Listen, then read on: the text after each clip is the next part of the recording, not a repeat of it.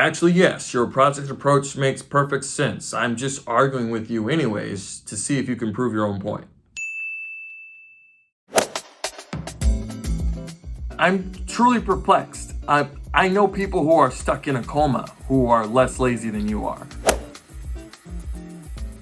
Your performance is here right now. I need you to bring it up here really quickly if you want to continue with this group. So, when I was 7, I started planning out my own individual path towards wealth, success, and independence. So I don't quite understand why you couldn't prepare for our weekly budget meeting. Care to explain? No, yeah, I'm gonna need you to explain your position. I don't see the need to buy Trudy a cake for her birthday. That doesn't seem like a quality long-term investment of company funds. Yeah, so company announcement. Brad here is going to be designated as the heart person for the team because, frankly, I just don't have time to care. All right, team, listen up. You take the word team, T-E-A-M. Obviously, there's no I in team, but there is an M and there is an E. If you put those two together, you get me.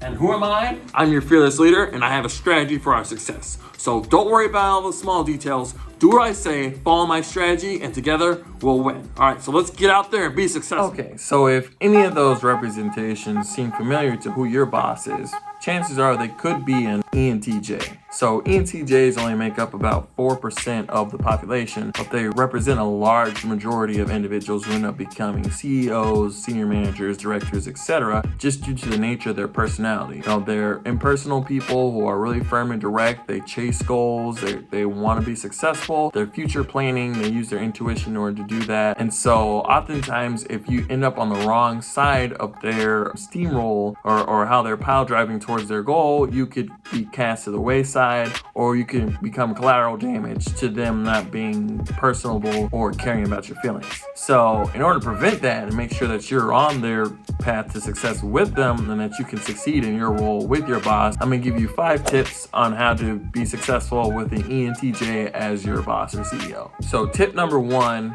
please don't be lazy. If they give you an assignment, if they tell you to do something, don't wait till the last minute to complete it. Don't procrastinate. Don't go to them with excuses for why you didn't get it done, because they have very small, very short patience for that type of behavior. And if you do that repeatedly, chances are you'll find yourself out of a job. So for the first tip, please avoid being lazy. If you find yourself to be prone to procrastinating, make a schedule, make a plan. Make sure that if they give you a deadline, that you're meeting that deadline and that they don't have to worry about you getting your work done. All right, and then tip number 2 is don't take it personally. These people, chances are oftentimes that they're a little bit out of touch when it comes to the FE or the feeling type of soft skills when it comes to interacting with other people. So if they tell you something and it seems really direct or it hurts your feelings, try not to take it too personally, and also, be upfront with them. Just be like, hey, when you talk to me about this, it made me feel poorly or some type of way. Now, they may not be able to fully empathize with you, but if you're direct about your interactions, maybe you can work together to formulate something that's healthy for both sides. All right, and then tip number 3 is you need to be an asset to their strategy. So people who are ENTJs, they're usually really future focused. They like to make plans and have strategies for how they're going to get to their goal and get to their success point. And anyone who impedes that strategy is seen as a block or distraction. They look to devote themselves to getting those people out of the way so that their strategy can be successful. So if you know that your ENTJ boss is planning to accomplish something or driving towards a single point, find out ways that you can help them get there.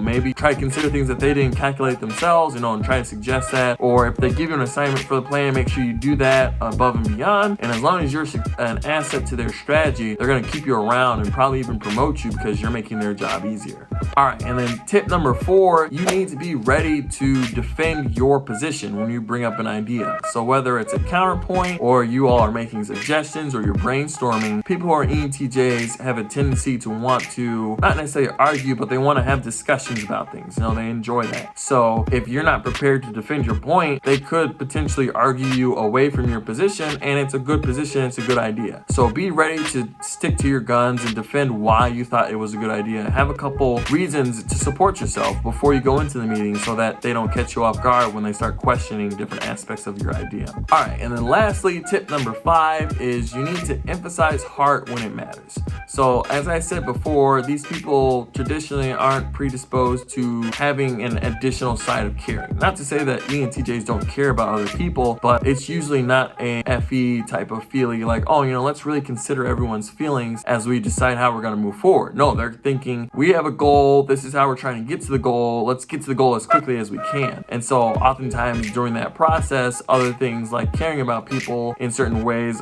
aren't fully considered. So if there is an instance where, maybe you all want to celebrate someone's birthday, or maybe you want to try to be considerate about someone's feelings during a situation, be ready to support why that matters, but voice that so that you can contribute towards the overall cohesiveness of the working environment. All right, so hopefully this video was helpful for you if you have an ENTJ boss or someone who exhibits similar types of personality traits. Just be sure to be intentional, follow the 5 tips that I provided, and you should be all right, and actually you should be able to succeed in that role. So again, this channel is Declassify My Career. I'm looking to help you further along your career path with career tips and tricks. If you liked the video, please share it with your friends. If you found it to be funny or entertaining, go ahead and subscribe if you found the information useful, because I'm making way more content to help you further along your career journey. All right, take care.